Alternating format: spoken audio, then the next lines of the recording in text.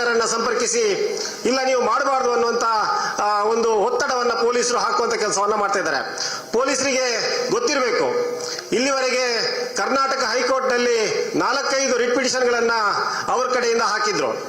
ಈ ಸೌಜನ್ಯ ವಿಷಯದಲ್ಲಿ ನಮ್ಮ ಹೆಸರನ್ನ ಪ್ರಸ್ತಾಪವನ್ನ ಮಾಡಬಾರ್ದು ಅಂತೇಳಿ ಆ ಸಹೋದರರಿಬ್ಬರು ಅರ್ಜಿಯನ್ನ ಹಾಕಿದ್ರು. ಆನಂತರ ಅವರ ಸಹೋದರರೊಬ್ಬರು ಬೆಂಗಳೂರಿನ ಸಿಟಿ ಸಿವಿಲ್ ಕೋರ್ಟ್ ಅಲ್ಲಿ ನಮ್ಮ ಬಗ್ಗೆ ಮಾತಾಡಬಾರ್ದು ಅಂತೇಳಿ 338 ಮಾಧ್ಯಮ ಸಂಸ್ಥೆಗಳು ಮತ್ತು ಪತ್ರಕರ್ತರ ವಿರುದ್ಧ, ನನ್ನನ್ನು ಸೇರಿಸಿ ಪತ್ರಕರ್ತರ ವಿರುದ್ಧ ಒಂದು OS ಕೇಸನ್ನು ಹಾಕಿದ್ರು. ಎಲ್ಲ ಕೇಸುಗಳಲ್ಲಿ ನಾವು ಯಾವುದನ್ನು ಕೂಡ ಮಾತಾಡಬಾರ್ದು ಅನ್ನುವಂತ ಆದೇಶ ಏನಿತ್ತು ಆ ಆದೇಶವನ್ನ ವಾಪಸ್ ತೆಗೆದುಕೊಳ್ಳುವಲ್ಲಿ ನಾವು ಸಫಲರಾಗಿದ್ದೀವಿ. ಈಗ ನಮ್ಮ ಮೇಲೆ ಯಾವುದೇ ರೀತಿಯ ತಡೆಯಾಜ್ಞೆಗಳು ಈ ರಾಜ್ಯದ ಯಾರ ಮೇಲೂ ಇಲ್ಲ ಅನ್ನುವಂಥದ್ದನ್ನ ಪೊಲೀಸರು ಅರ್ಥ ಮಾಡ್ಕೊಳ್ಬೇಕು. ಯಾರ ಮೇಲೂ ಕೂಡ ಸಹೋದರರ ವಿರುದ್ಧ ಆಗ್ಲಿ ಆ ಸಂಸ್ಥೆಯ ವಿರುದ್ಧವಾಗ್ಲಿ ಮಾತಾಡಬಾರ್ದು ಅನ್ನುವಂತ ಆದೇಶ ಇಲ್ಲ. ಆದೇಶ ಇರುವಂತದ್ದು ಏನು ಅಂತಂದ್ರೆ ಮಾನಹಾನಿಯಾಗಿ ಮಾತಾಡಬಾರ್ದು, ಅವಹೇಳನ ಮಾಡಬಾರ್ದು, ಸುಳ್ಳು ಪ್ರಚಾರಗಳನ್ನ ಮಾಡಬಾರ್ದು ಅನ್ನುವಂತ ಆದೇಶ ಇದೆ. ಅದು ಆ ಇಬ್ರು ಸಹೋದರರಿಗೆ ಮಾತ್ರ ಇರುವಂತ ಆದೇಶ ಅಲ್ಲ. ಈ ದೇಶದ ಯಾವುದೇ ನಾಗರಿಕರ ಮೇಲೆ ಯಾರೂ ಕೂಡ ಅವಮಾನ ಮಾಡುವಂತಹ ಮಾನಹಾನಿ ಮಾಡುವಂತಹ ಅಧಿಕಾರ ಈ ದೇಶದ ಯಾವುದೇ ಪ್ರಜೆಗಳಿಗಿಲ್ಲ. ಆದ್ರಿಂದ ಅದು ಅವರಿಗೂ ಅನ್ವಯಿಸುತ್ತೆ, ನಮಗೂ ಅನ್ವಯಿಸುತ್ತೆ. ನಾವು ಯಾರು ಅವಹೇಳನವನ್ನ ಮಾಡಲ್ಲ, ನಾವು ಯಾರು ಮಾನಹಾನಿಯನ್ನ ಮಾಡಲ್ಲ. ನಿಜ ಏನಿದೆ, ಇತಿಹಾಸ ಏನಿದೆ, ವರ್ತಮಾನ ಏನಿದೆ ಅನ್ನುವಂಥದ್ದನ್ನ ನಾವು ಅಷ್ಟೇ ಪ್ರಸ್ತುತಪಡಿಸ್ತೀವಿ. ಇದು ಪೊಲೀಸರಿಗೆ ಗೊತ್ತಿರಬೇಕು. ನಾವು ಪೊಲೀಸರಿಗೆ ಮತ್ತೊಂದು ಎಚ್ಚರಿಕೆಯನ್ನ ಕೊಡ್ತಾ ಇದ್ದೀವಿ. ಒಂದು ವೇಳೆ ನೀವು ಇದೇ ರೀತಿ ನಮ್ಮ ಹೋರಾಟವನ್ನ ತಡಿಲಿಕ್ಕೆ ನ್ಯಾಯಾಂಗದ ಹೆಸರನ್ನ, ಹೈಕೋರ್ಟ್ನ ಹೆಸರನ್ನ ಬಳಕೆ ಮಾಡಿದ್ದೇ ಆಗಿದ್ದಲ್ಲಿ ನಿಮ್ಮ ಮೇಲೆ ನಾವು ಕಂಟೆಂಪ್ಟ್ ಆಫ್ ಕೋರ್ಟ್ ಕೇಸನ್ನ ಹಾಕಬೇಕಾಗುತ್ತೆ. ನಿಮ್ಮ ಮೇಲೆ ನ್ಯಾಯಾಂಗ ನಿಂದನೆಯ ಪ್ರಕರಣವನ್ನು ಹಾಕಬೇಕಾಗುತ್ತೆ. ನಾವಿವತ್ತು ಎಲ್ಲ ಹೋರಾಟಗಾರರಿಗೆ ಹೇಳಿದೀವಿ, ಕರ್ನಾಟಕ ರಾಜ್ಯಾದ್ಯಂತ ಎಲ್ಲ ಹೋರಾಟಗಾರರಿಗೆ ಹೇಳಿದೀವಿ, ಎಲ್ಲೆಲ್ಲಿ ಪೊಲೀಸರು ನಿಮ್ಗೆ ತಡೆಯಾಜ್ಞೆ ಇದೆ, ನೀವು ಹೋರಾಟವನ್ನು ಮಾಡಬಾರ್ದು ಅಂತೇಳಿ ಹೇಳ್ತಾರೋ ಅಲ್ಲಿ ನೀವು ರೈಟಿಂಗ್ ಅಲ್ಲಿ ತೆಗೆದುಕೊಳ್ಳಿ. ಆ ಪೊಲೀಸರು ರೈಟಿಂಗ್ ಅಲ್ಲಿ ಅರ್ಜಿಯನ್ನ ಕೊಟ್ರೆ ಅಥವಾ ನೋಟಿಸ್ ಅನ್ನ ಕೊಟ್ರೆ ಆ ನೋಟಿಸ್ ಅನ್ನು ಹಿಡಿದುಕೊಂಡು ನಾವು ಹೈಕೋರ್ಟ್ ಅಲ್ಲಿ ಅವರ ವಿರುದ್ಧ ನ್ಯಾಯಾಂಗ ನಿಂದನೆಯ ಪ್ರಕರಣವನ್ನು ದಾಖಲಿಸಲಿಕ್ಕೆ ಎಲ್ಲ ಸಿದ್ಧತೆಯನ್ನ ಮಾಡ್ಕೊಂಡಿದ್ವಿ. ನಮ್ಮ ಬಳಿ ದೊಡ್ಡದಾದಂತಹ ವಕೀಲರ ತಂಡ ಇದೆ. ಆ ವಕೀಲರ ತಂಡ ಯಾವುದೇ ಪ್ರತಿಫಲಾಪೇಕ್ಷೆ ಇಲ್ಲದೇನೆ ಕೆಲಸವನ್ನ ಮಾಡ್ತಾ ಇದೆ. ಆದ್ರಿಂದ ನಮಗೆ ಕೇವಲ ಹೋರಾಟ ಅನ್ನುವಂಥದ್ದು ಕೇವಲ ಬೀದಿ ಹೋರಾಟ ಮಾತ್ರ ಅಲ್ಲ. ಬೀದಿ ಹೋರಾಟದಲ್ಲಿ ಎಷ್ಟು ಲಕ್ಷಾಂತರ ಜನ ಇದ್ದಾರೋ ಅದೇ ರೀತಿಯಲ್ಲಿ ನ್ಯಾಯಾಂಗ ಹೋರಾಟದಲ್ಲೂ ಕೂಡ, ಸಾಹಿತ್ಯಿಕ ಲೋಕದಲ್ಲೂ ಕೂಡ, ಪತ್ರಿಕೋದ್ಯಮದಲ್ಲೂ ಕೂಡ ನಮ್ಮ ಜೊತೆಗೆ ಒಂದು ದೊಡ್ಡ ತಂಡವೇ ಇದೆ ಅನ್ನುವಂಥ ಎಚ್ಚರವನ್ನ ನಾವು ಪೊಲೀಸರಿಗೆ ಕೊಡಬೇಕಾಗತ್ತೆ. ಇವತ್ತು SIT ರಚನೆ ಆಗಿದೆ. SIT ರಚನೆ ಆಗಿರುವಂತದ್ದು ಕೇವಲ ಅಸ್ಥಿಪಂಜರವನ್ನು ಹುಡುಕ್ಲಿಕ್ಕೆ, ತಲೆಬುರುಡೆಯನ್ನ ಹುಡುಕ್ಲಿಕ್ಕೆ ಅಲ್ಲ ಅನ್ನುವಂಥದ್ದು SIT ಸ್ಪಷ್ಟವಾಗಿ ತಿಳಿದುಕೊಳ್ಬೇಕು. ಮತ್ತು SIT ಪೊಲೀಸರ ಬಗ್ಗೆ ನಮಗೆ ನಂಬಿಕೆ ಇದೆ. ಹಿಂದೆಯೂ ನಾವು ಅದನ್ನು ಹೇಳ್ತಾನೆ ಬಂದಿದ್ವಿ. ನಮಗೆ SIT ಪೊಲೀಸರ ಮೇಲೆ ನಂಬಿಕೆ ಇದೆ. SITಯ 4 IPS ಅಧಿಕಾರಿಗಳು ಅತ್ಯಂತ ಪ್ರಾಮಾಣಿಕರಿದ್ದಾರೆ, ಅವರಿಗೆ ಬದ್ಧತೆ ಇದೆ ಅನ್ನೋದನ್ನ ಈ ಸಮಾಜ ಗುರುತಿಸಿದೆ ಮತ್ತು ಈ ಸಮಾಜ ಅದನ್ನು ಹೇಳ್ತಾನೆ ಬಂದಿದೆ. ಅವರಿಗೆ ಅದು ಜವಾಬ್ದಾರಿ ಅಂತೇಳಿ ಅವರಿಗೆ ಗೊತ್ತಿರಬೇಕು. ಈ ರೀತಿ ಒಂದು ಪೊಲೀಸ್ ಅಧಿಕಾರಿಗಳನ್ನ, ಹಿರಿಯ ಪೊಲೀಸ್ ಅಧಿಕಾರಿಗಳನ್ನ ಇಷ್ಟೊಂದು ಮಟ್ಟದಲ್ಲಿ ಹೊಗಳಿ ಈ ಸಮಾಜ, ಈ ಇಡೀ ಜನ ಸಮುದಾಯ ನಮ್ಗೆ ನಿಮ್ಮ ಮೇಲೆ ನಂಬಿಕೆ ಇದೆ ಅನ್ನುವಂಥದ್ದು ಹೇಳಿದ್ದಿದೆ ಮೊದಲು. ಈ ಹಿಂದೆ ಸರ್ಕಾರಗಳು ಬಹಳಷ್ಟು SITಗಳ ರಚನೆ ಮಾಡಿದೆ. ಬಹಳಷ್ಟು ವಿಶೇಷ ತಂಡಗಳನ್ನ, ಬೇರೆ ಬೇರೆ ಕೊಲೆ ಪ್ರಕರಣಗಳನ್ನ, ಬೇರೆ ಬೇರೆ ಹಗರಣಗಳನ್ನ ತನಿಖೆ ಮಾಡಲಿಕ್ಕೆ ನೇಮಕ ಮಾಡಿದೆ. ಆ ನೇಮಕ ಮಾಡುವಂತ ಸಂದರ್ಭದಲ್ಲಿ ಯಾವಾಗಲೂ ಒಂದು ಆರೋಪ ಇರುತ್ತೆ, ಈ ರೀತಿಯ ವಿಶೇಷ ತಂಡಗಳು, SITಗಳು ಇದೆಲ್ಲವೂ ಕೂಡ ನಾಮಕಾವಸ್ಥೆಗೆ ಸರ್ಕಾರದ ಕೈಗೊಂಬೆಗಳಾಗಿ ಅವರು ಕೆಲಸವನ್ನ ಮಾಡ್ತಾರೆ ಅನ್ನುವಂತ ಆರೋಪಗಳು ಬರುತ್ತೆ. ಆದ್ರೆ ಈ SIT, ಧರ್ಮಸ್ಥಳದ SIT ಏನಿದೆ, ಈ SIT ನೇಮಕಗೊಳ್ಳುವಾಗ ಇಡೀ ಎಲ್ಲ ಜನ ಸಮುದಾಯಗಳು ಅದನ್ನು ಸ್ವಾಗತವನ್ನ ಮಾಡಿದ್ದು ಮತ್ತು ನಂಬಿಕೆಯನ್ನು ವ್ಯಕ್ತಪಡಿಸಿದ್ದು. ಆ ನಂಬಿಕೆಯನ್ನ ಉಳಿಸುವಂತ ಜವಾಬ್ದಾರಿ SIT ತಂಡಕ್ಕಿದೆ ಅನ್ನುವಂಥದ್ದನ್ನ SIT ಅರಿತುಕೊಳ್ಬೇಕು. ಇದು SITಯ ಆ 4 IPS ಅಧಿಕಾರಿಗಳಿದ್ದಾರೆ, ಅವರ ಜೀವಮಾನದ ಸಾಧನೆ ಇದು. ಅವರ ಜೀವನದಲ್ಲಿ ಬರೆದಿಡುವಂತಹ, ಇತಿಹಾಸವನ್ನ ಬರೆದಿಡುವಂತಹ ಪ್ರಕರಣ ಇದು.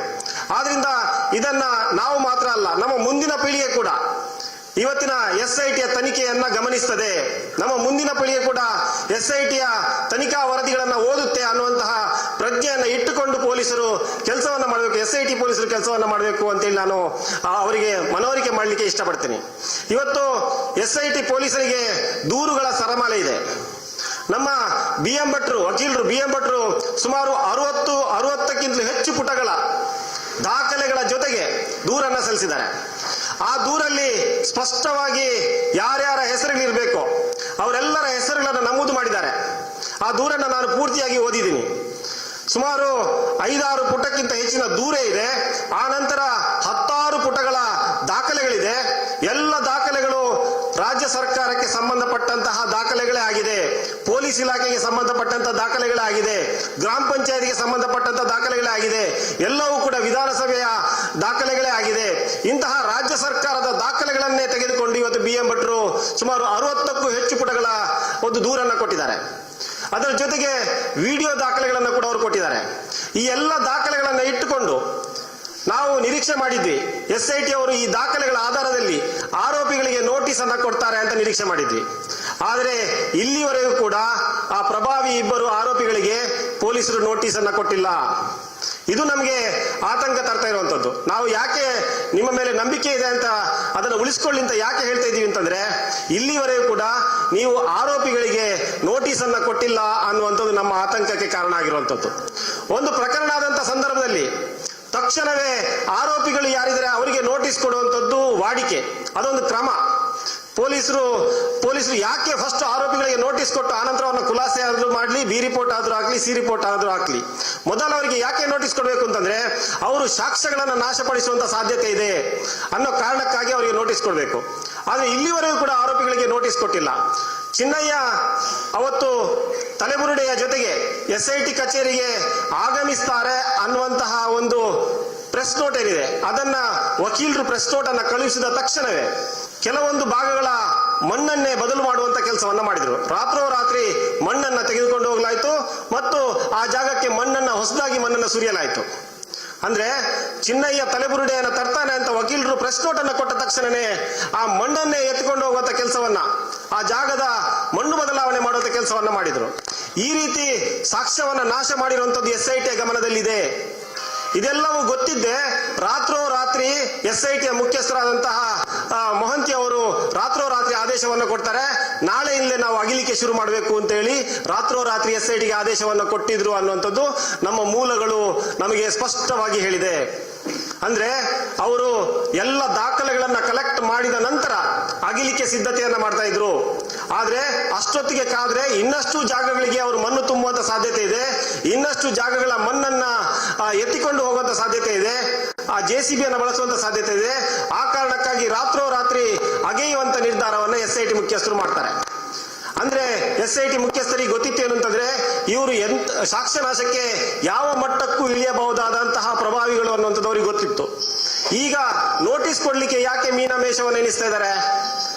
ನೋಟಿಸ್ ಕೊಡದೇನೆ ಈ ಸಾಕ್ಷ್ಯಗಳ ನಾಶ ಆಗುದಿಲ್ವಾ ಅನ್ನುವಂಥ ಪ್ರಶ್ನೆಗೆ SIT ಅವರು ಉತ್ತರವನ್ನು ಕೊಡಬೇಕು. ಆ ಕಾರಣಕ್ಕಾಗಿ ನಮಗೆ SIT ಬಗ್ಗೆ ಅನುಮಾನಗಳು ಬರ್ತಾ ಇರುವಂತದ್ದು. ಯಾವಾಗ ವಿಧಾನಸಭೆಯಲ್ಲಿ SIT ರಚನೆ ಆಗಿರೋ ಬಗ್ಗೆ ಚರ್ಚೆ ಆಯಿತು, ಆ ಚರ್ಚೆಯಲ್ಲಿ ಆಡಳಿತ ಪಕ್ಷ ಮತ್ತು ವಿರೋಧ ಪಕ್ಷ ಇಬ್ಬರೂ ಸೇರ್ಕೊಂಡು ಒಬ್ಬ ಪ್ರಭಾವಿಯನ್ನ ರಕ್ಷಣೆ ಮಾಡಲಿಕ್ಕೆ ಚರ್ಚೆಯನ್ನ ಮಾಡಿದ್ರು. ಆ ಬಳಿಕ SIT ಕಾರ್ಯವೈಖರಿ ಬದಲಾಗಿದೆ ಅನ್ನುವಂಥದ್ದು ಜನಸಾಮಾನ್ಯರೆಲ್ಲರಿಗೂ ಅರ್ಥ ಆಗುತ್ತೆ. ಅದಕ್ಕಿಂತ ಮೊದಲಿದ್ದ SIT ಕಾರ್ಯವೈಖರಿಗೂ ವಿಧಾನಸಭೆಯಲ್ಲಿ ಚರ್ಚೆ ಆದ ಬಳಿಕ ನಡೆದಂತ ಕಾರ್ಯವೈಖರಿಗೂ ವ್ಯತ್ಯಾಸಗಳನ್ನ ಜನ ಗುರುತಿಸಿದ್ದಾರೆ. ಇದನ್ನ ಜನ ಮರೆಯುವುದಿಲ್ಲ ಅನ್ನುವಂಥದ್ದು SIT ಗೊತ್ತಿರಬೇಕು. ಸರ್ಕಾರಗಳು ಬರ್ತದೆ ಹೋಗ್ತವೆ. ಅವತ್ತು ಆರ್ ಅಶೋಕ್ ಅವರು ಗೃಹ ಸಚಿವರಾಗಿದ್ದಂತಹ ಸಂದರ್ಭದಲ್ಲಿ COD CID ನಡೆಸಿದಂತ ತನಿಖೆ ಏನಿದೆ, ಆ ತನಿಖೆ ಮತ್ತು CBI ನಡೆಸಿದಂತ ತನಿಖೆ ಏನಿದೆ, ಆ ತನಿಖೆ ಇವತ್ತು ನಮ್ಮ ಮುಂದೆ ಇದೆ. CID ಮತ್ತು CBI ಅವತ್ತು ಮಾಡಿದಂತಹ ತಪ್ಪುಗಳೇನು ಅನ್ನುವಂಥದ್ದು ಇವತ್ತು ಅವರ CID ಯ ರುದ್ರಮುನಿಯಿಂದ ಹಿಡಿದು CBI ಯ ಅಧಿಕಾರಿಗಳು ಯಾರ್ಯಾರು ಅವರಿಗೆ ಶೇಮ್ ಆಗುವಂತ ರೀತಿಯಲ್ಲಿ, ಅವರ ವೃತ್ತಿ ಬದುಕಿಗೆ ಕಳಂಕ ಅನ್ನುವ ರೀತಿಯಲ್ಲಿ ಇವತ್ತು ಆ ವರದಿಗಳು ನಮ್ಮ ಮುಂದೆ ಇದೆ. ಇವತ್ತು ಅದನ್ನ ನ್ಯಾಯಾಲಯ ಕೂಡ ಹೇಳುತ್ತೆ, CBI ಮತ್ತು CID ಸರಿಯಾದ ರೀತಿಯಲ್ಲಿ ತನಿಖೆ ಮಾಡಿಲ್ಲ ಅನ್ನುವಂಥದ್ದನ್ನ CBI ವಿಶೇಷ ನ್ಯಾಯಾಲಯ ಹೇಳಿದೆ. ಮತ್ತು ಸರಿಯಾದ ರೀತಿಯಲ್ಲಿ ಸಾಕ್ಷ್ಯಗಳನ್ನು ಸಂಗ್ರಹ ಮಾಡಿಲ್ಲ. ಸಾಕ್ಷ್ಯಗಳನ್ನು ಸಂಗ್ರಹ ಮಾಡುವಂತ ಸಂದರ್ಭದಲ್ಲಿ ನೀವು ಬೇಕುಂತಲೇ ತಪ್ಪನ್ನ ಮಾಡಿದಿರಿ ಮತ್ತು ಬೇಕುಂತಲೇ ನೀವು ಸಂಬಂಧಪಡದೇ ಇರುವಂತಹ ವ್ಯಕ್ತಿ ಸಂತೋಷ್ ಅವರನ್ನು ಅರೆಸ್ಟ್ ಮಾಡಿದಿರಿ ಅಂತ ಹೇಳಿ CBIಗೆ ಮತ್ತು CODಗೆ CBI ವಿಶೇಷ ನ್ಯಾಯಾಲಯ ಹೇಳಿದೆ. ಅಂದ್ರೆ ನಾನು ಏನಕ್ಕೆ ಇದನ್ನು ಹೇಳ್ತಾ ಇದ್ದೀನಿ ಅಂತ ಹೇಳಿದ್ರೆ, SIT ಇದನ್ನು ಅರಿತುಕೊಳ್ಬೇಕು. ಇವತ್ತು CID ಮತ್ತು CBIಗೆ ಆದಂತಹ ಕಳಂಕ ಏನಿದೆ ಅದು SIT ಅಂಟ್ಕೊಳ್ಬಾರ್ದು. ನಾಳೆ ಈ ಪ್ರಕರಣ ಎಲ್ಲಿವರೆಗೆ ಹೋಗುತ್ತೆ ಅಂತ ಗೊತ್ತಿಲ್ಲ. ಇದು ಇದು ಕೇವಲ JMFC ಕೋರ್ಟು, ಜಿಲ್ಲಾ ಕೋರ್ಟು ಅಥವಾ ಹೈಕೋರ್ಟ್ಗೆ ಸೀಮಿತ ಆದಂತ ಪ್ರಕರಣ ಅಲ್ಲ. ಇದು ಜನತಾ ನ್ಯಾಯಾಲಯದಲ್ಲಿ ಚರ್ಚೆ ಆಗ್ತಾ ಇರುವಂತಹ ಪ್ರಕರಣ. ಇದು ನಾಳೆ ಹೈಕೋರ್ಟ್, ಸುಪ್ರೀಂ ಕೋರ್ಟ್ ಅಲ್ಲಿ ಪರ ವಿರೋಧ ಬಂತು ಜಡ್ಜ್ಮೆಂಟ್ ಅಂತೇಳಿ ಈ ಹೋರಾಟಗಳು ನಿಲ್ಲುವುದಿಲ್ಲ ಮತ್ತು ಕಾನೂನು ಹೋರಾಟವೂ ಕೂಡ ನಿಲ್ಲುವುದಿಲ್ಲ. ಆ ಸಂದರ್ಭದಲ್ಲಿ SITಯ ಕಾರ್ಯನಿರ್ವಹಣೆ ಏನಿದೆ ಇದು ಜನತಾ ನ್ಯಾಯಾಲಯದಲ್ಲಿ ಇನ್ನೂ ಶತಮಾನಗಳ ಕೂಡ ಚರ್ಚೆ ಆಗ್ತಾ ಇರ್ತದೆ, ಇನ್ನೂ ಶತಮಾನಗಳ ಕೂಡ ಚರ್ಚೆ ಆಗ್ತಾ ಇರ್ತದೆ. ಅದರ ಜೊತೆಗೆ ಎಲ್ಲ ನ್ಯಾಯಾಲಯಗಳಲ್ಲಿ SITಯ ದಾಖಲೆಗಳು ಚರ್ಚೆ ಆಗುತ್ತೆ. SITಯ ಮುಖ್ಯಸ್ಥರುಗಳು, SITಯ SP ಗಳು, ಇನ್ಸ್ಪೆಕ್ಟರ್ಗಳು ಉತ್ತರವನ್ನ ಕೊಡಬೇಕಾದಂತ ಕಾಲ ಬರುತ್ತೆ ಅನ್ನುವಂಥದ್ದು ನೆನ್ಪಿಟ್ಕೊಳ್ಬೇಕು ನಾವು. ಇವತ್ತು ಅವರು ಪ್ರಭಾವಗಳನ್ನು ಬಳಸಿಕೊಂಡು ಒಂದು ಧರ್ಮ ಸಂರಕ್ಷಣಾ ಯಾತ್ರೆ, ಧರ್ಮ ಸಂರಕ್ಷಣಾ ಸಮಾವೇಶಗಳನ್ನ ಮಾಡಿಕೊಂಡು ಇಡೀ ಪ್ರಕರಣವನ್ನ ದಾರಿ ತಪ್ಪಿಸುವಂತ ಕೆಲಸವನ್ನ ಒಂದು ವರ್ಗ ಮಾಡ್ತಾ ಇದೆ. ಹಿಂದುತ್ವದ ಗುಂಪುಗಳೇನಿದೆ, RSSನ ಗುಂಪುಗಳೇನಿದೆ, RSSನ ಒಂದು ಗುಂಪು ಸಂತ್ರಸ್ತರ ಪರವಾಗಿದ್ರೆ RSSನ ಇನ್ನೊಂದು ಗುಂಪು ಸಂತ್ರಸ್ತರ ವಿರುದ್ಧ ಪ್ರಭಾವಿಗಳ ಪರವಾಗಿದೆ. ಕಾಂಗ್ರೆಸ್ನ ಒಂದು ದೊಡ್ಡ ಗುಂಪು, ಅದು ಒಂದು ಗುಂಪು ನಮ್ಮ ಜೊತೆ ಇದ್ರೆ, ಹೋರಾಟದ ಜೊತೆ ಇದ್ರೆ, ಇನ್ನೊಂದು ಬಲಿಷ್ಠವಾದಂತಹ ಇನ್ನೊಂದು ಗುಂಪು ಪ್ರಭಾವಿಗಳ ಜೊತೆ ಇದೆ. ಈ ರಾಜಕೀಯವನ್ನು ನಾವು ಅರ್ಥ ಮಾಡ್ಕೊಳ್ಬೇಕು. 2012ರಲ್ಲಿ ಸೌಜನ್ಯ ಅತ್ಯಾಚಾರ ಹತ್ಯೆ ಆಯಿತು. ಆ ಸಂದರ್ಭದಲ್ಲಿ ಆರ್ ಅಶೋಕ್ ಅವರು ಮುಖ್ಯಮಂತ್ರಿ ಆಗಿದ್ರು, ಜಗದೀಶ್ ಶೆಟ್ಟರ್ ಮುಖ್ಯಮಂತ್ರಿ ಆಗಿದ್ರು, ಆರ್ ಅಶೋಕ್ ಅವರು ಗೃಹ ಸಚಿವರಾಗಿದ್ರು. ಸಂಪೂರ್ಣವಾಗಿ ಆಗಿನ ಬಿಜೆಪಿ ಸರ್ಕಾರ ಪ್ರಭಾವಿಗಳ ರಕ್ಷಣೆಗೆ ನಿಂತ ಸಂದರ್ಭದಲ್ಲಿ 2012ರಿಂದ 2013 ಮೇ ಅವರೆಗೆ ದೊಡ್ಡ ಮಟ್ಟದಲ್ಲಿ ಬೆಳ್ತಂಗಡಿ ಸೇರಿದಂತೆ ಇಡೀ ಮಂಗಳೂರಲ್ಲಿ ಗ್ರಾಮಗಳಲ್ಲಿ ಸಭೆ ಆಯಿತು. ಸುಮಾರು ಸಭೆಗಳಾದವು. BM ಭಟ್ರು ಎಷ್ಟು ವೇದಿಕೆಗಳಲ್ಲಿ ಮಾತಾಡಿದ್ದಾರೆ ಅಂತ ಗೊತ್ತಿಲ್ಲ. ನನಗೆ ಗೊತ್ತಿದ್ದ ಪ್ರಕಾರ ಅತ್ರಾಡಿ ಅಮೃತ್ ಶೆಟ್ಟಿ ಅವರು ಸುಮಾರು 75 ವೇದಿಕೆಗಳು, 75 ಭಾಷಣಗಳನ್ನ ಮಾಡಿದ್ದಾರೆ ಅವರು. ಮಹೇಶ್ ಶೆಟ್ಟಿ ತಿಮರೋಡಿ ಅವರು ಇಡೀ ಜಿಲ್ಲೆಯಾದ್ಯಂತ ಓಡಾಡಿ ಜನಸಂಘಟನೆಯನ್ನ ಮಾಡಿದ್ರು. ವಿಷ್ಣುಮೂರ್ತಿ ಭಟ್ರು, ಲಕ್ಷ್ಮಣ್ ಗೌಡ್ರು ಓಡಾಡದೇ ಇರುವಂತಹ ಜಾಗಗಳೇ ಇಲ್ಲ. ಆನಂತರ 2013 ಮೇಯಲ್ಲಿ ಚುನಾವಣೆ ಬಂತು. ಕರ್ನಾಟಕದಲ್ಲಿ ಕಾಂಗ್ರೆಸ್ ಬಹುಮತ ಬಂತು. ಕಾಂಗ್ರೆಸ್ ಬಹುಮತ ಬಂದಂತ ಸಂದರ್ಭದಲ್ಲಿ ಮಂಗಳೂರಲ್ಲೂ ಕೂಡ 7ಕ್ಕೆ 8ಕ್ಕೆ 7 ಸೀಟ್ಗಳನ್ನ ಕಾಂಗ್ರೆಸ್ ಪಡ್ಕೊಳ್ತು. ಅದು ಸೌಜನ್ಯ ಹೋರಾಟದಿಂದ ಅವರಿಗೆ ಕಾಂಗ್ರೆಸ್ಗೆ ಸಿಕ್ಕಂತ ಲಾಭ. 2013ರಲ್ಲಿ ಮಂಗಳೂರಿನ ದಕ್ಷಿಣ ಕನ್ನಡ ಜಿಲ್ಲೆ ಅನ್ನುವಂಥದ್ದು 2013-14 ನರೇಂದ್ರ ಮೋದಿ ಅವರ ಹವಾ ಇದ್ದಂತ ಕಾಲ, ಅವರು ಪೀಕ್ ಆದಂತ ಹವಾ ಇದ್ದಂತ ಕಾಲ. ಆ ಕಾಲದಲ್ಲೇ 2013ರಲ್ಲಿ ನಡೆದ ಚುನಾವಣೆಯಲ್ಲಿ ಮಂಗಳೂರಲ್ಲಿ, ದಕ್ಷಿಣ ಕನ್ನಡ ಜಿಲ್ಲೆಯಲ್ಲಿ ಕೇವಲ ಬಿಜೆಪಿ 1 ಸೀಟ್ ಪಡೀಲಿಕ್ಕೆ ಸಾಧ್ಯ ಆಯಿತು. 2023ರಲ್ಲೂ ಕೂಡ ಕಾಂಗ್ರೆಸ್ ಬಹುಮತ ಬಂತು ರಾಜ್ಯದಲ್ಲಿ. ಆಗ ಇದೇ ದಕ್ಷಿಣ ಕನ್ನಡ ಜಿಲ್ಲೆಯಲ್ಲಿ ಕಾಂಗ್ರೆಸ್ ಕೇವಲ 1 ಸೀಟ್ ಪಡಲಿಕ್ಕೆ ಸಾಧ್ಯ ಆಯಿತು. ಅಂದ್ರೆ ಕಾಂಗ್ರೆಸ್ 2012ರಲ್ಲಿ ಇದ್ದಂತಹ ಸೌಜನ್ಯ ಹೋರಾಟವನ್ನು ಹೇಗೆ ಬಳಸ್ಕೊಳ್ತೋ ಅದಕ್ಕೆ ಸರಿಯಾದ ರೀತಿಯಲ್ಲಿ ನಡ್ಕೊಂಡಿಲ್ಲ ಕಾಂಗ್ರೆಸ್ ಅನ್ನುವಂಥದ್ದು ಜನರಿಗೆ ಗೊತ್ತಿದೆ. ಆ ಕಾರಣಕ್ಕಾಗಿ ಇಡೀ ರಾಜ್ಯದಲ್ಲಿ ಕಾಂಗ್ರೆಸ್ ಅಧಿಕಾರಕ್ಕೆ ಬಂದರೂ ಕೂಡ ದಕ್ಷಿಣ ಕನ್ನಡ ಜಿಲ್ಲೆಯಲ್ಲಿ ಕೇವಲ 1 ಸ್ಥಾನವನ್ನು ಪಡಲಿಕ್ಕೆ ಮಾತ್ರ ಸಾಧ್ಯ ಆಯಿತು ಅನ್ನುವಂಥ ಎಚ್ಚರ ದಕ್ಷಿಣ ಕನ್ನಡ ಜಿಲ್ಲೆಯ ಕಾಂಗ್ರೆಸ್ನವರಿಗೆ ಇರಬೇಕು. ಇವತ್ತು ಪದ್ಮಲತಾ ಪ್ರಕರಣ ನಡೆದಂತ ಸಂದರ್ಭದಲ್ಲಿ ದೊಡ್ಡ ಮಟ್ಟದ ಚಳುವಳಿಯನ್ನ CPM ಮುನ್ನಡೆಸುತ್ತೆ. ಮೊನ್ನೆ ಪದ್ಮಲತಾ ಅವರ ಕ್ಲಾಸ್ಮೇಟ್ ಒಬ್ರು ಸಿಕ್ಕಿದ್ರು ನನಗೆ. ಅವರ ಜೊತೆಗೆ ಕ್ಲಾಸಲ್ಲಿ ಇದ್ದಂಥವರು ಇವತ್ತು ಮೊನ್ನೆ ನನಗೆ ಸಿಕ್ಕಿದ್ರು. ಅವ್ರು ಹೇಳ್ತಾ ಇದ್ರು, ನಾನು ಯಾವುದೇ ಪಕ್ಷ ಅಥವಾ ಸಂಘಟನೆಯಲ್ಲಿ ಆ ಟೈಮಲ್ಲಿ ಇರಲಿಲ್ಲ, ಆದರೆ SFI ಕಮ್ಯುನಿಸ್ಟ್ ವಿದ್ಯಾರ್ಥಿ ಸಂಘಟನೆ ಏನಿತ್ತು ಅದು ತೆಗೆದುಕೊಂಡಂತ ನಿರ್ಧಾರ ಏನಿದೆ, ಆ ನಿರ್ಧಾರದ ಜೊತೆಗೆ ನಾನು ಇದ್ದೆ, ನಾನು ಆ ಹೋರಾಟದಲ್ಲಿ ಪಾಲ್ಗೊಂಡಿದ್ದೆ.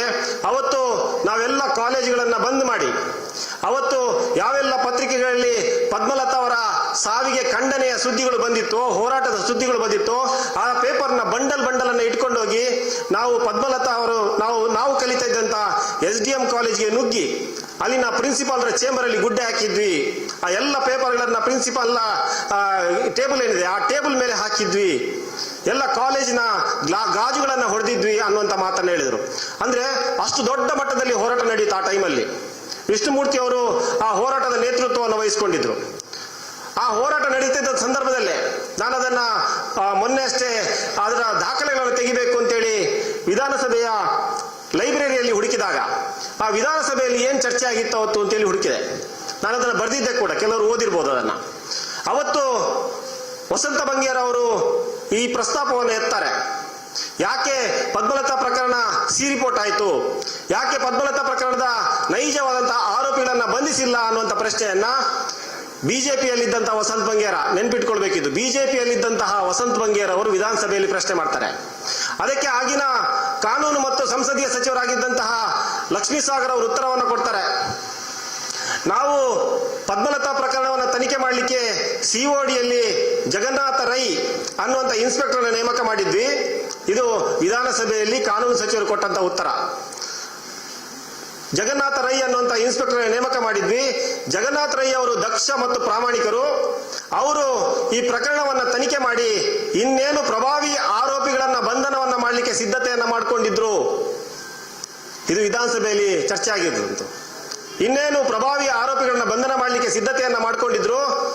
ಅದಕ್ಕೆ ಬೇಕಾದಂತಹ ಹೆಚ್ಚುವರಿ ಪೊಲೀಸ್ ಅಧಿಕಾರಿಗಳನ್ನ ಕೂಡ ಬೆಳ್ತಂಗಡಿಗೆ ಕರೆಸಿಕೊಂಡಿದ್ರು.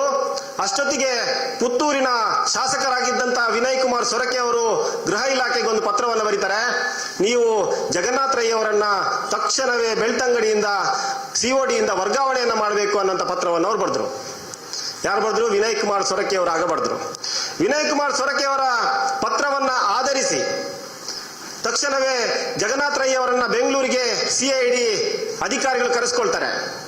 ಜಗನ್ನಾಥ ರೈ ಅವರು ಅವರ ದಾಖಲೆಗಳ ಜೊತೆಗೆ ಬೆಂಗಳೂರು ಸಿಐಡಿ ಕಚೇರಿಗೆ ಹೋದಂತ ಸಂದರ್ಭದಲ್ಲಿ ಜಗನ್ನಾಥ ರೈ ಅವರ ಎಲ್ಲ ತನಿಖಾ ದಾಖಲೆಗಳನ್ನ ಹಿರಿಯ ಅಧಿಕಾರಿಗಳು ವಶಪಡಿಸಿಕೊಂಡು ನಿಮ್ಮನ್ನ ಕಡ್ಡಾಯ ರಜೆಯಲ್ಲಿ ಕಳಿಸಲಾಗಿದೆ ಅಂತೇಳಿ ಅವರನ್ನ ಕಡ್ಡಾಯ ರಜೆಯಲ್ಲಿ ಕಳಿಸ್ತಾರೆ. 4 ತಿಂಗಳು ಕಡ್ಡಾಯ ರಜೆಯಲ್ಲಿ ಕಳಿಸ್ತಾರೆ. ಇಲ್ಲದೇ ಇದ್ರೆ 2 ದಿವಸದಲ್ಲಿ ಅವರು ಆರೋಪಿಗಳನ್ನ ಬಂಧನ ಮಾಡುವಂತ ಸಾಧ್ಯತೆ ಇತ್ತು. ಇದು ನಾವು ಊಹೆಯಿಂದ ಹೇಳ್ತಾ ಇರೋದಲ್ಲ, ವಿಧಾನಸಭೆಯ ದಾಖಲೆಗಳಲ್ಲಿ ಇದು ಪ್ರಸ್ತಾಪ ಆಗಿದೆ. ಈ ರೀತಿ ಅವತ್ತು ಪದ್ಮಲತಾ ಪ್ರಕರಣವನ್ನ ಮುಚ್ಚಿ ಹಾಕಿದವರೇ ಆ ನಂತರ ಯಮುನಾ ಪ್ರಕರಣವನ್ನ ಮುಚ್ಚಾಕಿದ್ರು, ನಾರಾಯಣ ಪ್ರಕರಣವನ್ನ ಮುಚ್ಚಾಕಿದ್ರು, ವೇದವಲ್ಲಿ ಪ್ರಕರಣವನ್ನ ಮುಚ್ಚಾಕಿದ್ರು. ಈಗ ಬಿಜೆಪಿ ಮತ್ತು ಕಾಂಗ್ರೆಸ್ ಸೇರಿ ಸೌಜನ್ಯ ಪ್ರಕರಣವನ್ನು ಕೂಡ ಮುಚ್ಚಿ ಹಾಕಲಿಕ್ಕೆ ಪ್ರಯತ್ನವನ್ನು ಮಾಡಿದ್ರು. ಆದರೆ ಇದು ಮುಚ್ಚಿ ಹೋಗಲ್ಲ. ನ್ಯಾಯಾಲಯದ ದಾಖಲೆಗಳೆಲ್ಲವೂ ಕೂಡ ಸಂತೋಷ್ ರಾವ್ ಕೇವಲ ಸಾಕ್ಷ್ಯಾಧಾರಗಳ ಕೊರತೆಯಿಂದ ಬಿಡುಗಡೆ ಆಗಿದ್ದಲ್ಲ. ಈ ದೇಶದಲ್ಲಿ, ಈ ರಾಜ್ಯದಲ್ಲಿ ನೂರಾರು ಪ್ರಕರಣಗಳು ಸಾಕ್ಷ್ಯಾಧಾರದ ಕೊರತೆಯಿಂದ ಖುಲಾಸೆ ಆಗ್ತಾರೆ, ನೂರಾರು ಆರೋಪಿಗಳು ಖುಲಾಸೆ ಆಗ್ತಾರೆ. ಆ ರೀತಿ ಸಂತೋಷ್ ರಾವ್ ಖುಲಾಸೆ ಆಗಿದ್ದಲ್ಲ. ಸಂತೋಷ್ ರಾವ್ ಅವರ ಖುಲಾಸೆ ಗೌರವಾನ್ವಿತ ಖುಲಾಸೆ. ಸಂತೋಷ್ ರಾವ್ ಅವರಿಗೆ ಆಗಿರುವಂತದ್ದು ಗೌರವಾನ್ವಿತ ಬಿಡುಗಡೆ. ಅಂದ್ರೆ ಜಡ್ಜ್ ಆದೇಶದಲ್ಲಿ ಬರೀತಾರೆ ಈತ ನಿಜವಾದಂತಹ ಆರೋಪಿ ಅಲ್ಲ ಅನ್ನುವಂಥದ್ದು ಅರ್ಥದಲ್ಲೇ ಬರೀತಾರೆ. ಆದ್ರಿಂದ ಪೊಲೀಸರು ಅಲ್ಲಿ ಯಾರನ್ನೋ ರಕ್ಷಣೆ ಮಾಡಲಿಕ್ಕೆ ಪ್ರಕರಣವನ್ನ ಮುಚ್ಚಿ ಹಾಕ್ಲಿಕ್ಕೇನೆ ಅಲ್ಲಿ FIR ಚಾರ್ಜ್ ಶೀಟ್ ಅಲ್ಲಿ ಸರಿಯಾದ ಸಾಕ್ಷ್ಯಾಧಾರಗಳನ್ನ ಸಂಗ್ರಹ ಮಾಡಿಲ್ಲ ಮತ್ತು ಬೇಕಂತಲೇ ಒಬ್ಬ ಅಮಾಯಕರನ್ನ ಅರೆಸ್ಟ್ ಮಾಡಿದ್ದಾರೆ ಅನ್ನುವಂಥದ್ದು ಸ್ಪಷ್ಟ ಆಗುತ್ತೆ. ಧರ್ಮಸ್ಥಳ ದೌರ್ಜನ್ಯ ವಿರೋಧಿ ವೇದಿಕೆಯಿಂದ ರಾಜ್ಯಾದ್ಯಂತ ಕಾರ್ಯಕ್ರಮ ನಡೀತಾ ಇದೆ. ನ್ಯಾಯಕ್ಕಾಗಿ ಜನಾಗ್ರಹ ದಿನ ಅನ್ನುವಂಥದ್ದನ್ನ ಘೋಷಣೆ ಮಾಡಿಕೊಂಡು ಎಲ್ಲ ತಾಲೂಕುಗಳಲ್ಲಿ, ಗ್ರಾಮಗಳಲ್ಲಿ, ಮಂಡ್ಯದಲ್ಲಂತೂ ಪ್ರತಿ ಗ್ರಾಮಗಳಲ್ಲಿ ನಡೀತಾ ಇದೆ. ರಾಯಚೂರು, ಬೀದರ್, ಬಳ್ಳಾರಿ, ಕಲಬುರಗಿ ಈ ರೀತಿ ಜಿಲ್ಲೆಯಾದ್ಯಂತ ಒಟ್ಟು 75 ಕಡೆಗಳಲ್ಲಿ ರಾಜ್ಯಾದ್ಯಂತ ಕಾರ್ಯಕ್ರಮಗಳು ನಡೀತಾ ಇದೆ. ಇದು ಬಿಡುಗಡೆಗೊಂಡಂತ ಪುಸ್ತಕ ಧರ್ಮಸ್ಥಳದ ದೌರ್ಜನ್ಯಗಳು, ಇತಿಹಾಸ ಮತ್ತು ವರ್ತಮಾನ. ಈ ಪುಸ್ತಕವನ್ನ ಓದಿದ್ರೆ ಒಂದು ಸ್ಥೂಲವಾದಂತಹ ಒಂದು ದೌರ್ಜನ್ಯಗಳ ಪಟ್ಟಿ ಜೊತೆಗೆ ಅದರ ಮಾಹಿತಿ ನಿಮಗೆ ಲಭ್ಯ ಆಗುತ್ತೆ. ಇವತ್ತು ಇಡೀ ರಾಜ್ಯಾದ್ಯಂತ ಜನಾಗ್ರಹ ಚಳವಳಿ ನಡೀತಾ ಇದೆ. ರಾಜ್ಯದ ಎಲ್ಲ ಜಿಲ್ಲೆಗಳಲ್ಲಿ, ತಾಲೂಕುಗಳಲ್ಲಿ, ಗ್ರಾಮಗಳಲ್ಲಿ ಒಟ್ಟು 75 ಕಡೆ ಧರ್ಮಸ್ಥಳ ದೌರ್ಜನ್ಯ ವಿರೋಧಿ ವೇದಿಕೆಯಿಂದ ರಾಜ್ಯಾದ್ಯಂತ ಕಾರ್ಯಕ್ರಮ ನಡೀತಾ ಇದೆ. ಇದು ಇತಿಹಾಸದಲ್ಲೇ ಮೊದಲ ಬಾರಿ. ಈ ರೀತಿ ಧರ್ಮಸ್ಥಳದ ದೌರ್ಜನ್ಯದ ವಿರುದ್ಧ ಇಡೀ ರಾಜ್ಯ ಎದ್ದು ನಿಂತದ್ದು ಮೊದಲ ಬಾರಿ. ಈ ಹಿಂದೆ ಬೆಳ್ತಂಗಡಿಯಲ್ಲಿ, ಧರ್ಮಸ್ಥಳದಲ್ಲಿ, ಮಂಗಳೂರಲ್ಲಿ ದೊಡ್ಡ ದೊಡ್ಡ ಚಳವಳಿಗಳಾಗಿದ್ವು. ಸಾವಿರಾರು ಜನ ಸೇರಿ ಹೋರಾಟವನ್ನು ಮಾಡಿದ್ವಿ, ಎಲ್ಲವನ್ನು ಮಾಡಿದ್ವಿ. ಆದರೆ ಇಡೀ ರಾಜ್ಯಾದ್ಯಂತ ಅದಕ್ಕೆ ಅನುಕಂಪ ಇತ್ತು. ಎಲ್ಲರೂ ನಮ್ಮ ಹೋರಾಟವನ್ನು ಬೆಂಬಲಿಸ್ತಾ ಇದ್ರು, ಕರ್ನಾಟಕದಾದ್ಯಂತ ಬೆಂಬಲಿಸ್ತಾ ಇದ್ರು. ಆದರೆ ಕರ್ನಾಟಕದ ಜನ ಇವತ್ತು ಪೂರ್ತಿ ಬೀದಿಗೆ ಬಂದಿರುವಂತಹ ದಿನ ಇವತ್ತು. ನ್ಯಾಯಕ್ಕಾಗಿ ಜನಾಗ್ರಹ ದಿನ ಅನ್ನುವಂಥದ್ದನ್ನ ಘೋಷಣೆ ಮಾಡಿಕೊಂಡು ಎಲ್ಲ ತಾಲೂಕುಗಳಲ್ಲಿ, ಗ್ರಾಮಗಳಲ್ಲಿ, ಮಂಡ್ಯದಲ್ಲಂತೂ ಪ್ರತಿ ಗ್ರಾಮಗಳಲ್ಲಿ ನಡೀತಾ ಇದೆ. ರಾಯಚೂರು, ಬೀದರ್, ಬಳ್ಳಾರಿ, ಕಲಬುರಗಿ ಈ ರೀತಿ ಜಿಲ್ಲೆಯಾದ್ಯಂತ ಒಟ್ಟು 75 ಕಡೆಗಳಲ್ಲಿ ರಾಜ್ಯಾದ್ಯಂತ ಕಾರ್ಯಕ್ರಮಗಳು ನಡೀತಾ ಇದೆ. ಅದರ ಭಾಗವಾಗಿಯೇ ಇವತ್ತು ಬೆಳ್ತಂಗಡಿಯಲ್ಲಿ ಕೂಡ ನ್ಯಾಯಕ್ಕಾಗಿ ಜನಾಗ್ರಹ ಕಾರ್ಯಕ್ರಮ ಜೊತೆಗೆ ಪುಸ್ತಕ ಬಿಡುಗಡೆ ನಡೀತಾ ಇದೆ. ನಮ್ಮ ಹೋರಾಟ ಏನಿದೆ, ಈಗಿನ ಯುವ ಸಮುದಾಯದ ಹೋರಾಟ ಏನಿದೆ, ವಿಷ್ಣುಮೂರ್ತಿ ಅವರು ಜೊತೆಗೆ ಲಕ್ಷ್ಮಣ್ ಗೌಡರು ಈ ಹಿಂದೆ ಮಾಡ್ಕೊಂಡು ಬಂದ ಹೋರಾಟದ ಮುಂದುವರಿಕೆ ಅದು. ಅದನ್ನ ಅವರ ಜೊತೆಗೆ ನಾವು ಮುಂದುವರೆದುಕೊಂಡು ಹೋಗ್ಲಿಕ್ಕೆ ಈ ಹೋರಾಟವನ್ನ ನಾವು ಅವರ ಜೊತೆಗೆ ಇರುವಂತದ್ದು ಈಗ ಈ ಕಾರ್ಯಕ್ರಮದಲ್ಲಿ ಇರ್ಬೋದು ಅಥವಾ ಈ ಹೋರಾಟದಲ್ಲಿ ಯುವ ಸಮುದಾಯ ಇರುವಂತದ್ದು.